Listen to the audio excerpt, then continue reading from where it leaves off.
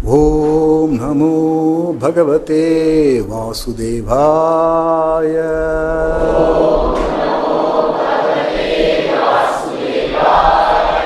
Reading from Srimad Bhagavatam, Canto 1, Chapter 17, verse number 8. Najatu Kavarvendrana Dhordanda Parirambhite Bhutale Nupatanti Asmin Vinate Praninam Shuchaha. Translation purport by Srila Prabhupada. Translation. Know for the first time in a kingdom well protected by the arms of the kings of the Kuru dynasty, I see you grieving with tears in your eyes. Up till now, no one on earth has ever shed tears because of royal negligence. Purport by Srila Prabhupada. The protection of the lives of both human beings and animals is the first and foremost duty of a government. A government must not discriminate in such principles. It's simply horrible for a pure-hearted soul to see organized animal killing by the state in this age of Kali. Maharaja Parikshit was lamenting for the tears in the eyes of the bull, and he was astonished to see such an unprecedented thing in his good kingdom. Men and animals were equally protected as far as life was concerned. That is the way in God's kingdom. That is the end of the purport. When Parikshit Maharaj was on the tour, he happened to see Kali Purusha who was beating a cow and bull. He was lamenting for this incident because in the dynasty of Kuru, none of the kings neglected to protect even animals. Therefore, he was lamenting. A king, Kshatriya, means one who gives protection from danger. A Kshatriya, if he gives protection to citizens, he gets 100 times more benefit than a Brahmana or ascetic who performs tapasya in the forest. Simply by protecting his subjects, he gets 100 times more benefit than a ascetic. When Yudhishthira Maharaja, after the war, Mahabharata war, he was lamenting for the whole cause of killing, mass killing during the war, Mahabharata war. Millions of people were killed in the war, and he was considering that because I wanted to get back my kingdom, I caused this wholesale massacre. He was lamenting, I am so sinful, how can I get rid of my sinful activity? He was lamenting. Many sages, Rishis said, my dear Yudhishthira, no, you have done your duty, that's all. Still, he was not able to give up his grief. Vyasadeva advised him to give up his grief. He could not give up. Krishna told Yudhishthira, please give up your grief, accept the role of the king and rule the citizens. Still, he could not give up the grief. Later, Krishna thought, let me take Yudhishthira to Bhishmadeva so that he can get knowledge from Bhishmadeva. In this way, he can give up the grief. So Krishna took Pandavas to Bhishmadeva, who was lying on the bed of arrows, awaiting an auspicious moment to give up his body because he received a boon from his father. So all the Pandavas went. Yudhishthira Maharaja went and fell at the feet of Bhishmadeva, offered obeisances. Also Pandavas, Krishna. Then Bhishmadeva spoke to Yudhishthira on many subject matters and told, my dear Yudhishthira, no, please give up the grief. accept the role of a king and rule the citizens, because the citizens were waiting for the assumption of Yudhishthira Maharaja. He did not take the position of king. When the kingdom is neglected, when there is no king, then the thieves and rooks will take the opportunity to exploit the citizens and put the citizens in danger. Therefore, Bhishma was asking, requesting Yudhishthira, please accept, people are waiting for you. Still, he was not able to give up. Many explanation, wonderful stories Bhishma explained to Yudhishthira. Said, my dear grandfather, in spite of your wonderful narration, explanation on many subjects, I'm not able to give up my grief. I have brought this situation because of my desire to enjoy a royal kingdom. What could be a more painful situation to me to see my own grandfather lying in front of me on the bed of arrows? It's just because of my greed to enjoy. I want to acquire the kingdom and I made you to suffer like this. How can I get rid of the suffering? It's unbearable. It's painful for me. So then Bhishma Deva explained one nice historical story to Yudhishthira to give up his grief. Bhishma said, there was one ascetic, a lady, Tapasvi. She was known for her peace of mind, gentleness, forgiveness. She had a son, young son, only one son. She was bitten by a serpent and the boy died. There was one hunter who saw this. This young boy was bitten by a serpent and put the mother in danger, anxiety. So this hunter caught this serpent and brought to this lady, pious lady, and told, somehow by killing this serpent, I can mitigate the grief of this woman, because this serpent is the cause of this boy's death. Then the hunter said to the Gautami, oh lady, tell me, how can I kill this serpent? Then that lady said, Gautami said, please release the serpent. By killing this serpent, my son is not going back to come back to life. Therefore, why you should kill unnecessarily the serpent? If the serpent is killed, if my son comes back to life, then it's okay. But anyway, my son is not going to come back to life. Therefore, release. This hunter did not leave. Oh lady, you people are elevated in the consciousness.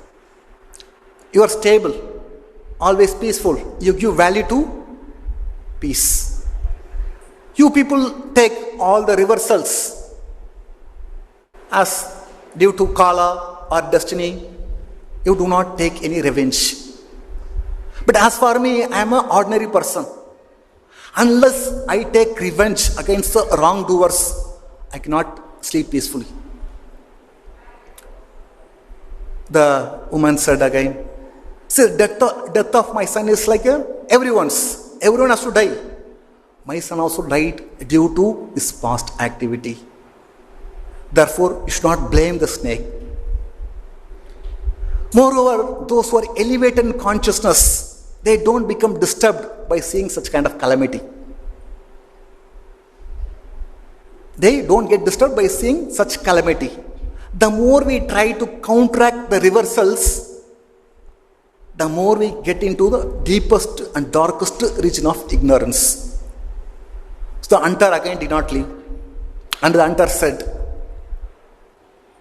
by killing the envious person, one can gain the great merit. By killing the envious people, the serpent, or any abominable person, one can gain greatest merit. And she counteracted by saying, one can get greater merit by releasing the envious person who was being captured.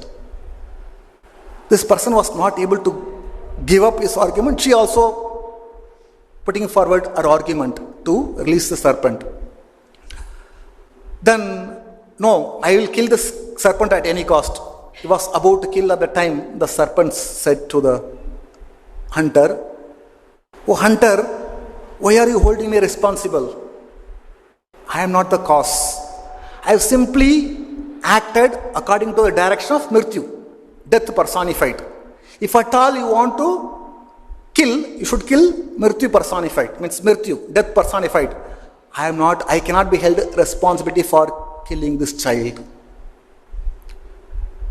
Immediately, Mrityu came, death personified. He started accusing the snake. "Why are you telling me that I am the cause? Actually, I have ordered you to kill because I got the command from Kala. Because of Kala, I have ordered you to bite the boy. Therefore, you should not hold me responsible. Neither I nor you are responsible for the death of this boy." Then serpent took advantage of this. "You see, no, Mrityu said that I am not responsible. You should leave me. You should kill this Mrityu." As far as Mrityu is saying that Kala, because of Kala, I ordered. See, I don't know, I don't have any knowledge about Kala told you or not. Because of you, I killed. Therefore, I should be released. Then hunter said, "I hold both of you responsible. I am going to kill both of you, Mrityu and serpent." So that Mrityu said, No. See, it's injustice. I simply acted according to the direction of Kala." Then Kala came, time personified. Then time personified said to this hunter, "Neither I nor Mrityu nor the serpent is the cause of the death of the child. It is because of his own karma." At the time, Gautami said, "Yes, you are right. My son died not due to the serpent, because of his own past action. Now I am experiencing the pain of separation. It's due to my karma. I have done something bad in the past. Now I am undergoing the reaction of losing my son. Therefore, I should not hold anyone responsible." The hunter, after hearing this, he released the serpent. He went.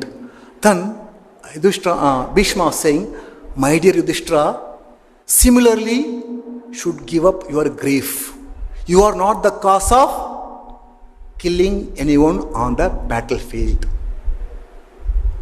Maharaja Yudhishthira heard many instructions from Bhishma Deva on various subjects. After that, Bhishma left the world. Yudhishthira Maharaja went to the kingdom and assumed a role of a king and began to rule the citizens. Still, he was afraid of this mass killing. Therefore, he wanted to perform Ashwamedha Yajna or sacrifice in order to become free from the sinful activity, even if it is done unintentionally. One should learn from Yudhishthira Maharaja. Although he was ideal king, pious king, nevertheless he was afraid of killing anyone on the battlefield. He took the complete responsibility and he wanted to perform sacrifice to free himself from the sinful activity. This indicates, while performing our duties, one may commit a sin unintentionally. Therefore, one has to perform sacrifice. For example, we all perform our duties. We think we are not a sinner. We don't commit any sinful activity. No. Every one of us committing sinful activity every moment. When a person murders somebody, judge gives judgment, this person should be hanged for his own welfare. That is the state law. State does not give any punishment for people who kills poor animals. But in God's law, if we kill even an ant, we'll be punished. What to speak of killing human being? What to speak of killing cow or bull? Even if we kill an ant, you are responsible. Because it cannot be avoided. Killing an ants while walking will stamp on many ants. While cooking, there are many insects will be burnt. While taking bath, a lot of germs will be there that will die. So invariably, we kill the jivas. Therefore, we are responsible for this. Not to counteract all these sins, one has to perform 5 kinds of sacrifice. Particularly, a householder has to perform 5 Panchasuna sacrifice in order to get relief from all kinds of sinful activity performed unknowingly, unintentionally. For example, as a father has got 10 sons or maybe 5 sons. One may be highly intelligent, well educated, very smart. Another son will be a poor son, uneducated, dull, looking bad, ugly, not smart. The intelligent person who has got developed consciousness cannot go to father, my dear father, why you are maintaining this son unnecessarily? Simply is wasting your energy. Therefore, let me kill him. Will father be happy? No father will be happy. Although he is dull, useless, nevertheless, father takes the responsibility of maintaining such a useless people because his son. And he cannot be happy by killing such kind of person. Similarly, people may say, some kind of sect of religious people say, we should not kill a human being, but kill animals for eating. No. Krishna says in Bhagavad Gita, Mamaivamso Jivaloke Jivabhuta Sanatana. All the living entities are my part and parcels. So every one of us is a children of Krishna. How can Krishna can be happy if somebody goes and hurt or kills a poor jivas? He cannot. But while performing our duty, invariably he may kill unintentionally. Therefore, one has to atone for such kind of sinful activity by performing sacrifice according to the direction of the scripture. So in this age of Kali, the best sacrifice is Sankirtana Yajna. We cannot perform other yajnas, not possible. Yudhishthira Maharaja performed or sacrifice. Such kind of sacrifice is forbidden. The best sacrifice is Sankirtana Yajna. Even the great learned people, those who are advanced in knowledge, they appreciate the age of Kali. They welcome the Kali. They worship the Kali. Why? Because simply by performing Sankirtana, one can achieve the highest perfection, that is going back home, back to God.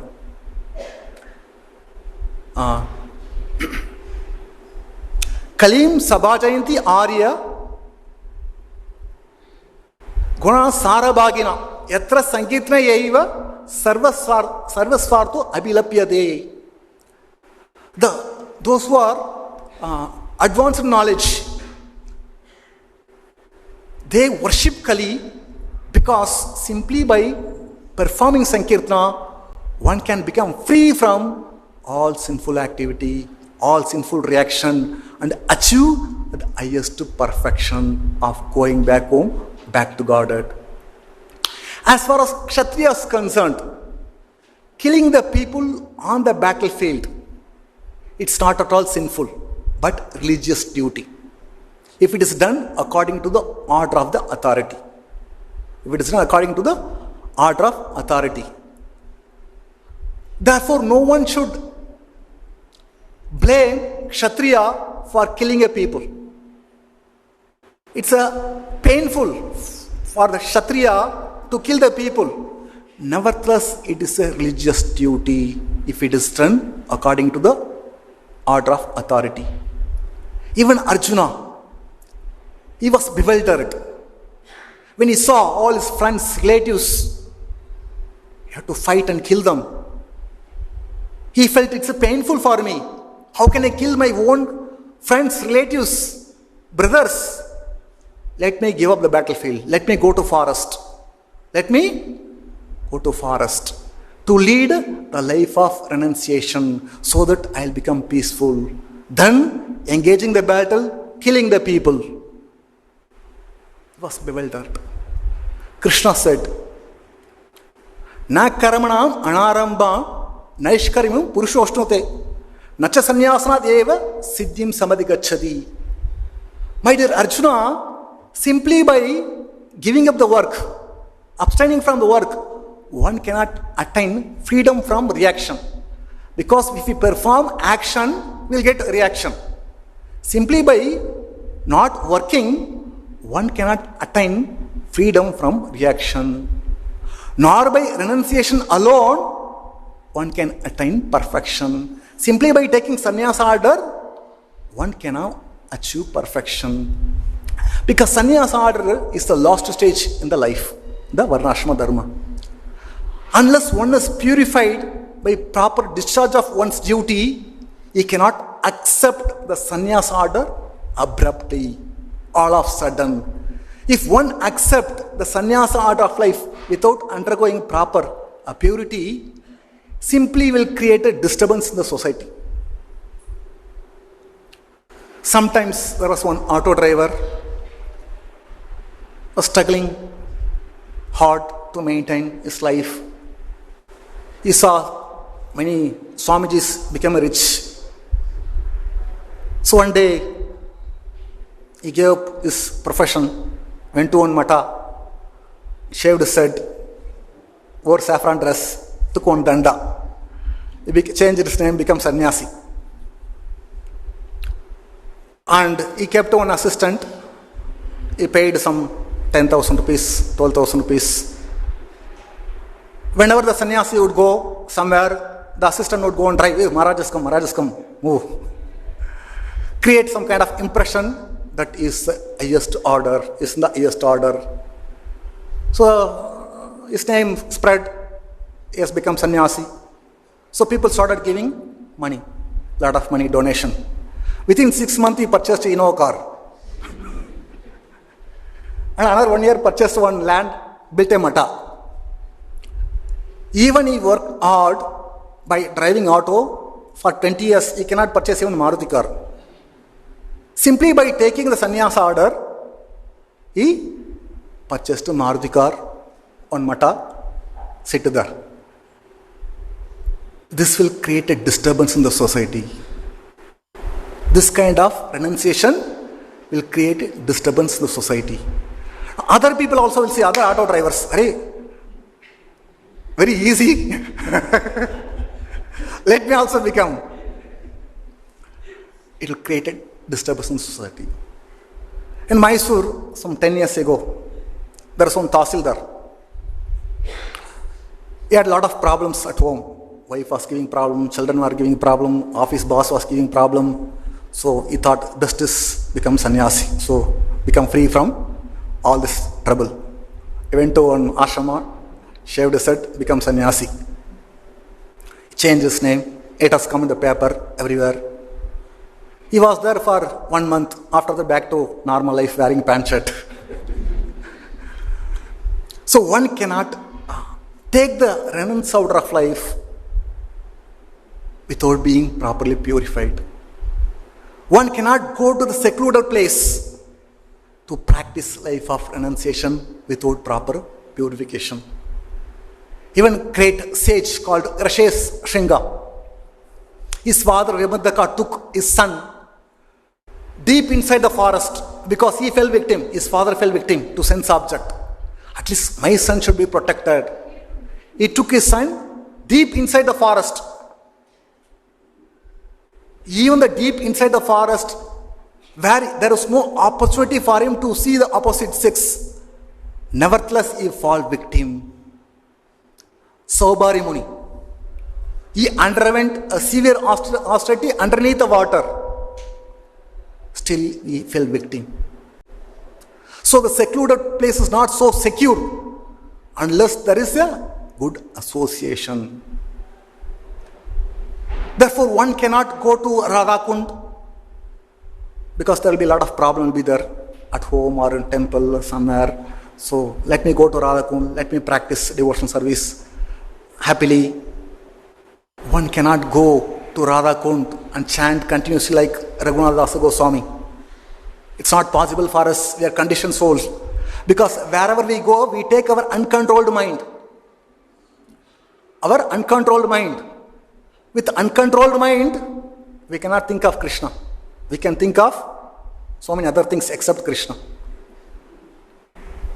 When Prabhupada was there, during the time of Prabhupada, one sannyasi was frustrated, lot of managemental issue.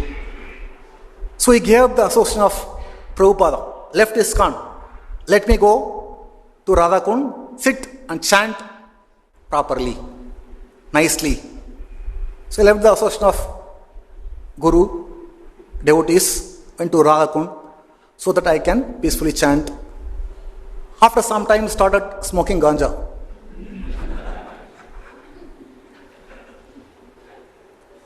Then later, because he was foreign devotee, he is supposed to stay in India so many months or so many years.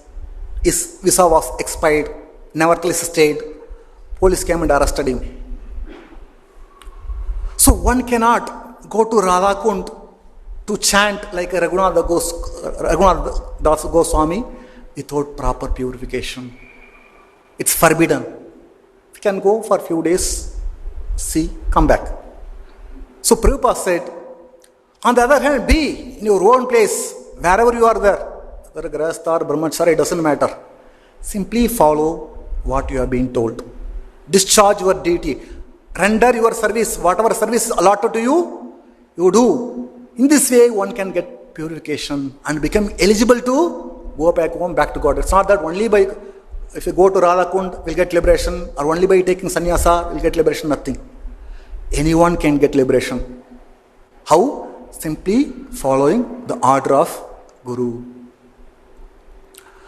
If a Kshatriya gives proper protection to citizens, he receives 1/4 merit of the citizens, whatever they perform, the citizens' pious activity, particularly Vedic study, performing sacrifice, giving charity. There are a lot of pious activities citizens perform.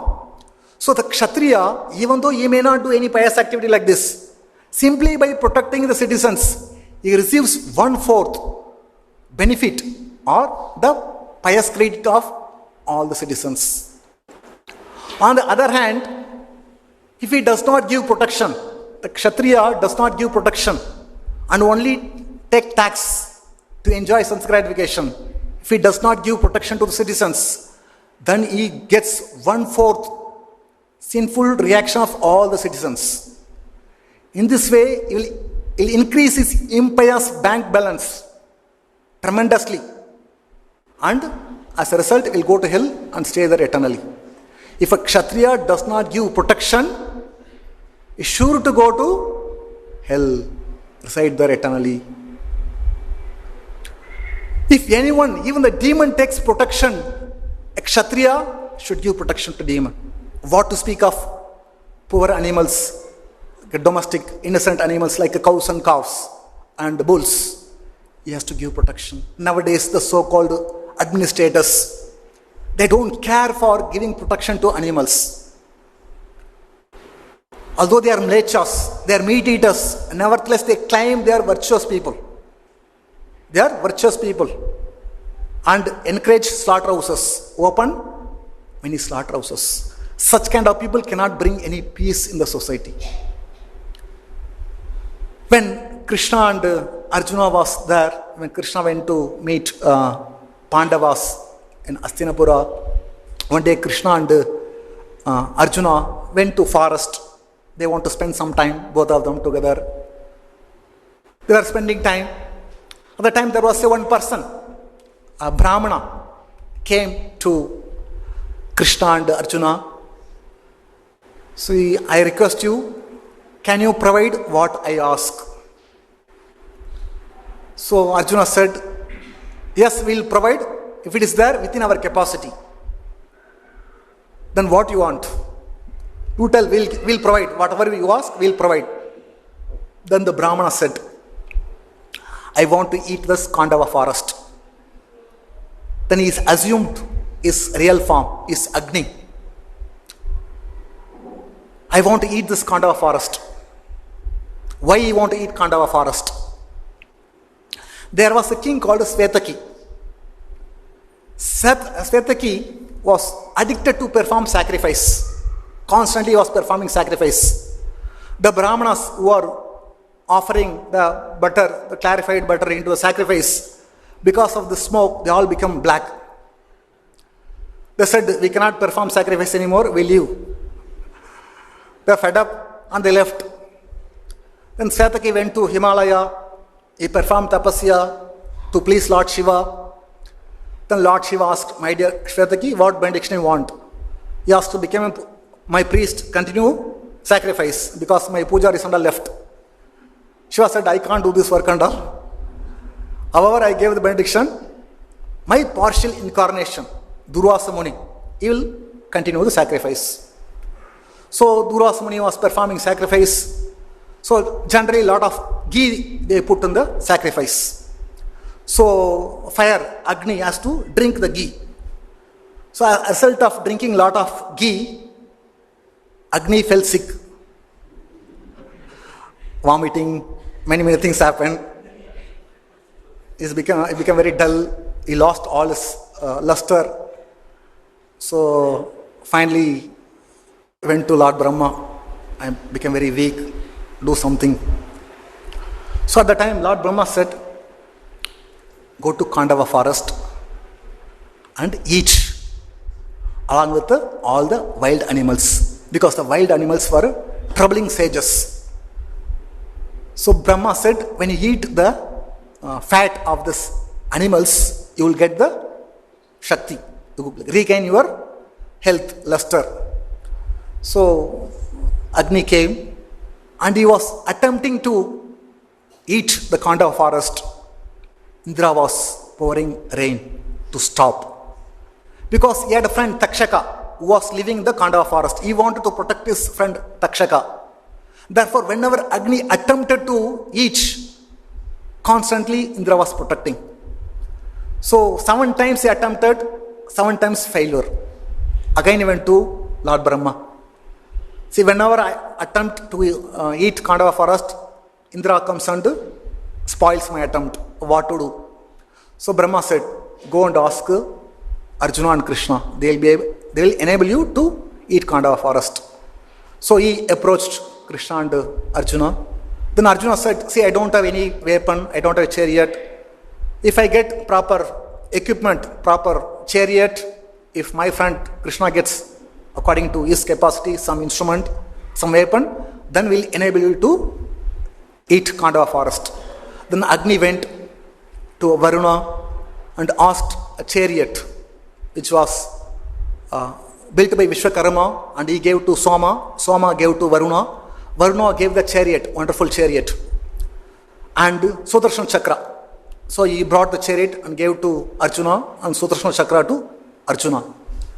So now Arjuna and Krishna ordered, now you start eating. We'll stop Indra from pouring rain. So when Agni started devouring the Kandava forest, Indra came. So both Arjuna and Krishna fighting with Indra and defeated Indra. So while Krishna promised to Agni, I make sure that no animals will escape from the forest. No jiva can escape from the forest. You enter and eat. So while he was eating, this demon Mayadanava, he escaped from the forest. Because Krishna gave promise to Agni that I will not allow anyone to escape. Immediately he sent his Sudarshan Chakra to finish him. So understanding he cannot escape from the Sudarshan Chakra, immediately demon went and took shelter of Arjuna. Arjuna, please protect me. No, Krishna cannot do anything. Because he has taken shelter of Arjuna. Now Arjuna said, I will give protection. Now Krishna had to protect the promise of, or protect the word of Arjuna. So he was very much obliged. Mayadana was very much obliged for saving his life. He went on to ask Arjuna, what can I do? So he said, you go and ask Krishna. He went to Krishna, my dear Krishna, what can I do? You go and ask Yudhishthira. Then he said, Krishna only said, you construct a wonderful assembly house for Yudhishthira Maharaj. It was he who built the city of Indraprastha for that assembly house for Yudhishthira. So we can see here, person like Arjuna, a Kshatriya, gave protection to even the demon.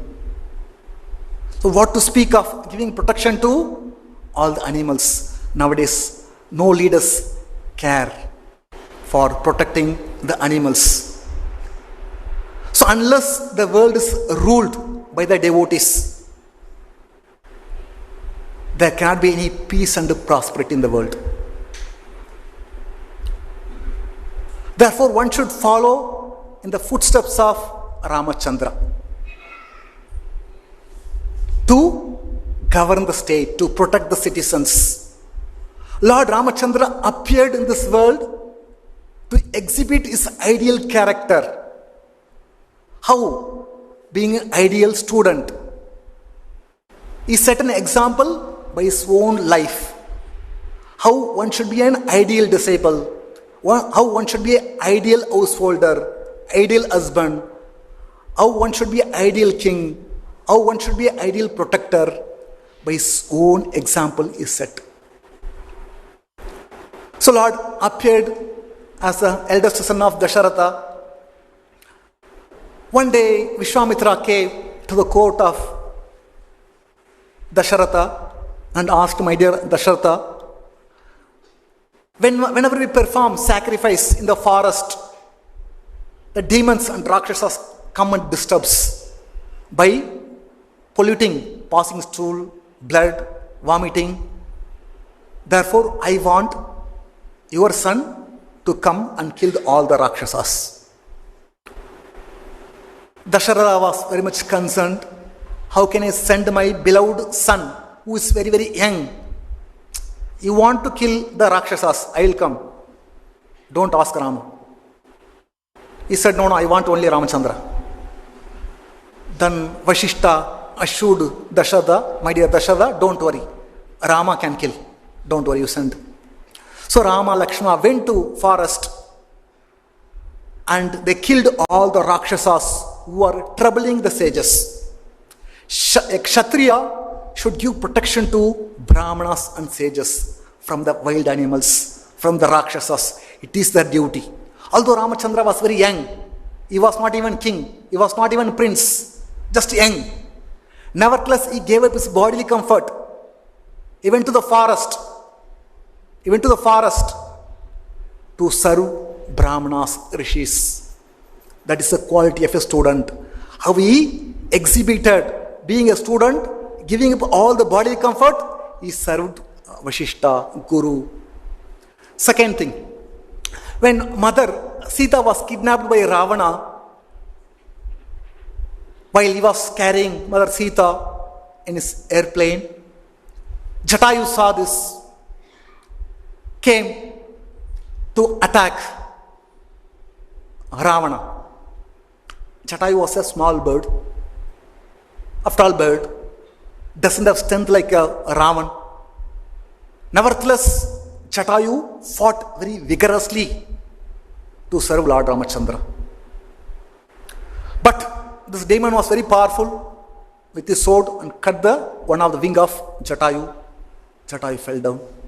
Somehow Jatayu was holding its life just to inform Ramachandra. When Rama and Lakshmana was searching in the forest for Sita, they happened to see Jatayu was writhing in pain and holding life. And Jatayu informed Ramachandra how Mother Sita was kidnapped by Ravan and how he fought and fell down. After informing Lord Ramachandra, Jatayu died. Ramachandra did not think, after all it's a bird, died. Okay, let me go and search for my wife. He did not do. He did the final ritual for the bird. Generally, none of us, we never think of doing the ritual for the bird. But Ramachandra did just like a son does a final ritual for his father. Similarly, he did the final ritual, final rites for a bird Jatayu because the Jatayu served Ramachandra. We can see from the example how when one sacrifices his life for serving the mission of the Lord, Lord personally takes care of such devotees. That was exhibited by Lord Ramachandra. And when Lord Ramachandra and Lakshman both of them were searching in the forest for Mother Sita, they happened to meet Sugriva, who was hiding in the Rishimukha mountain, fearing his brother. So, when Ramachandra and Lakshmana went to the Rishimukha mountain, Sugriva somehow he thought that these people looks like a spy of my brother. He told Hanuman, go and check who are they. So Hanuman went and verified they are not a spy of his brother Vali. Then later they were brought to the cave where he was staying, Sugriva. And Ramachandra explained his problem, why he is in the forest. My wife was kidnapped by Ravan. I am looking for my wife. I am searching for my wife. So kindly, can you help me? So Sugriva said, I can 100% help you, provided if I come out of the cave. Unless I am the cave, I cannot help you. I have to come out of the cave. If I come out of the cave, my brother will kill me. My brother Vali will kill me. So then he started explaining about his own story, why he came to Rishimukha mountain. Vali and Sugriva, both of them were stepbrothers. Vali got married to Tara and Sugriva got married to Rama. So Sugriva was a humble servant of his brother Vali. Whatever Vali says, he would execute without fail.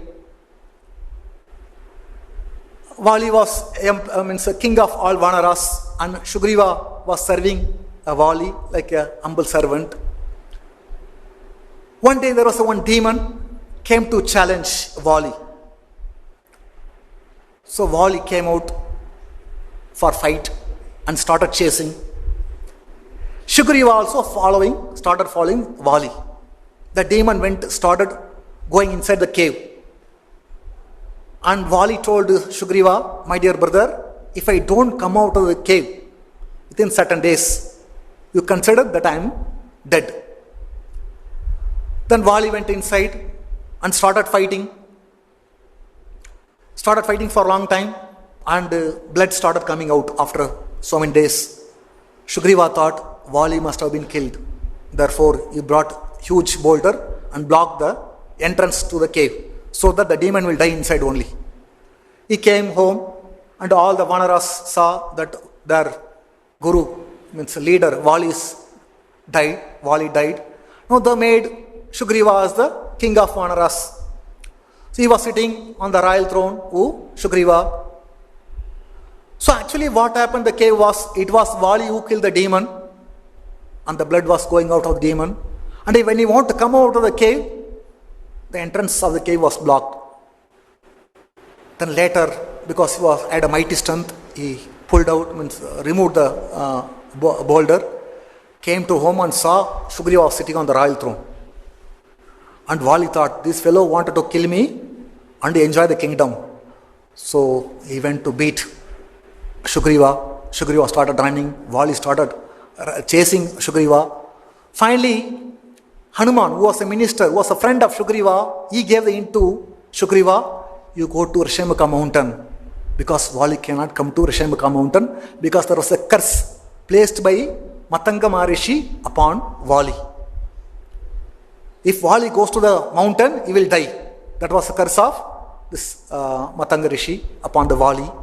So Sugriva entered the Rishyamukha mountain and he was living there and said, I cannot come out because if I come out, my brother will kill me. So then he said, now Vali took his wife Rama, his brother Sugriva wife, and he was enjoying. And he was telling Rama, see, my brother's taken my wife, I am living here. So Rama said, don't worry, I will kill your brother and get back your wife. Sugriva supported. If I come out, then I will support you. Then he told, go and challenge your brother Vali. Sugriva went to Vali and asked him to come for fight. When he challenged Vali, he had a doubt. Oh, this fellow now was bold enough to come and challenge me. Even his wife she also told, see, I think I heard from some spies, he has got some association with some powerful person. Therefore, he was saying, better don't go. He rejected. He went to fight. So, when both of them were fighting, Vali gave a nice punch to Sugriva. Then, nicely he was beaten by Vali. Then, Sugriva was expecting that Rama will kill, but Rama did not kill. Then went and told Rama, if you cannot kill, why did you ask me to challenge? No, he got nice beating. So Rama said, see, both of you look similar. How can I aim my arrow? He put on garland, go and challenge now. So once again, when both of them fought, Rama was standing behind the tree and shot an arrow. It went to pierce to the chest of Vali and fell down. So Ramachandra went near. So Vali looked at Ramachandra and started blasting. Oh Rama, I thought you were a virtuous person, appeared in the dynasty of Ikshvaku. But how can you perform such an ignoble act? I think because of your association with Sugriva, you have become polluted, you become spoiled. Then Rama blasted. Oh Vali, your words like devils reciting scriptures. Unnecessarily you accused your brother Sugriva, although there was no fault on Sugriva. He's your brother. You're supposed to take care of him as your brother, your son. Instead of that, you threatened him, you beaten him, you want to kill him. And not only that, you have taken his wife as your wife and enjoying. Therefore, you are an atatai, aggressor. Aggressor can be killed by any means. So when he heard all these things from Ramachandra, he became purified and said, my dear Rama, although I may take many lives, but life like this, dying in your presence, is very, very auspicious. I want to die in your presence. So then he called his son Angada and told, my dear son, please do not bear any animosity towards Rama or your uncle Sugriva. They are not the cause of my death. I am dying due to my own past misdeeds. Please serve Lord Rama as the Supreme Lord. Serve your uncle as you served me. After saying this, by looking at the beautiful lotus face of Lord Ramachandra, Vali gave up. In this way, Lord Ramachandra delivered the Vali.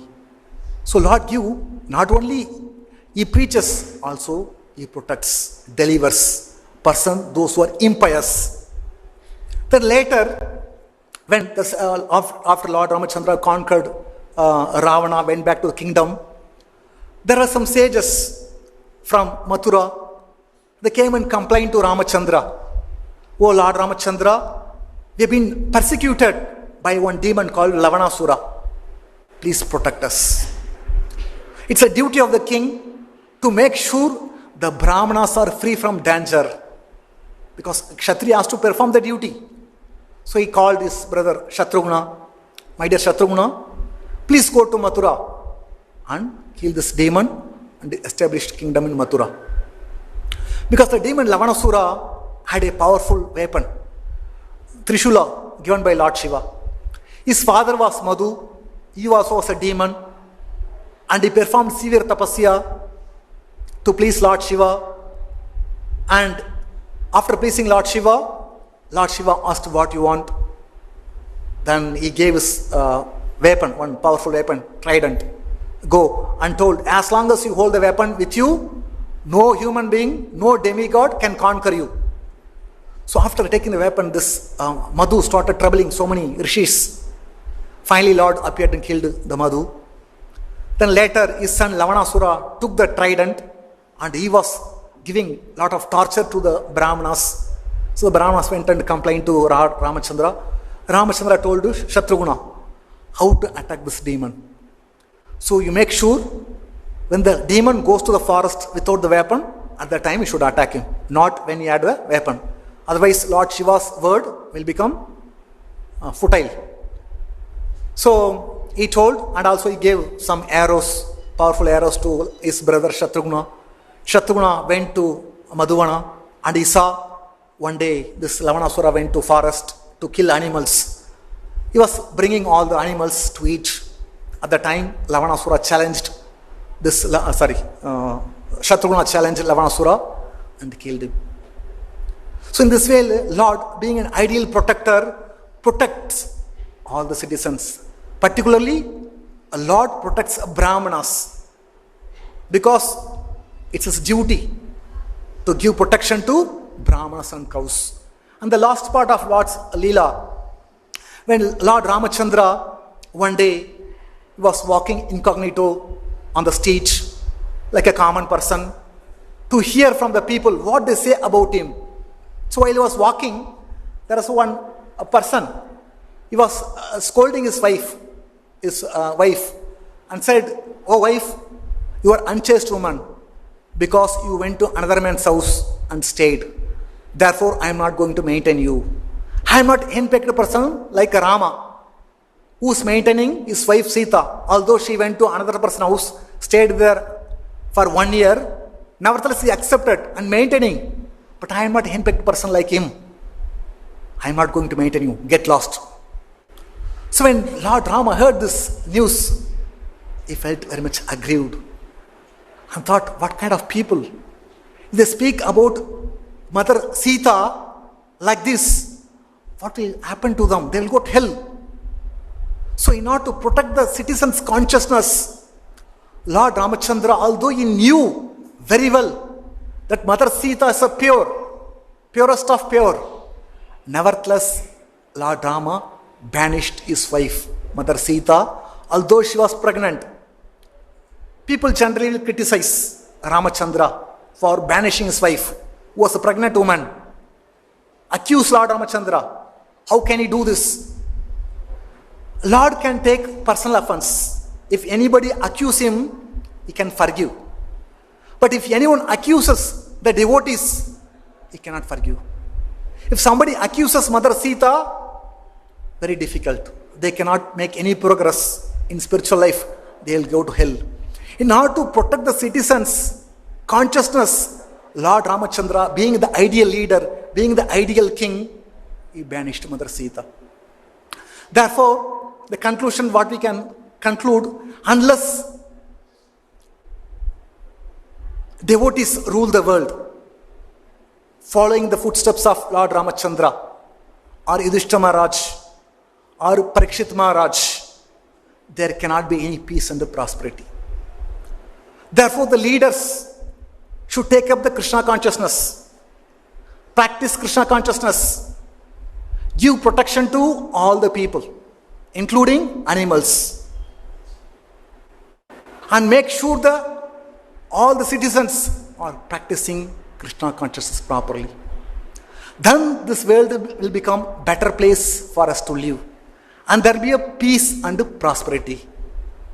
If the king follows in the footsteps of Lord Ramachandra, then this world will become Ramaraja.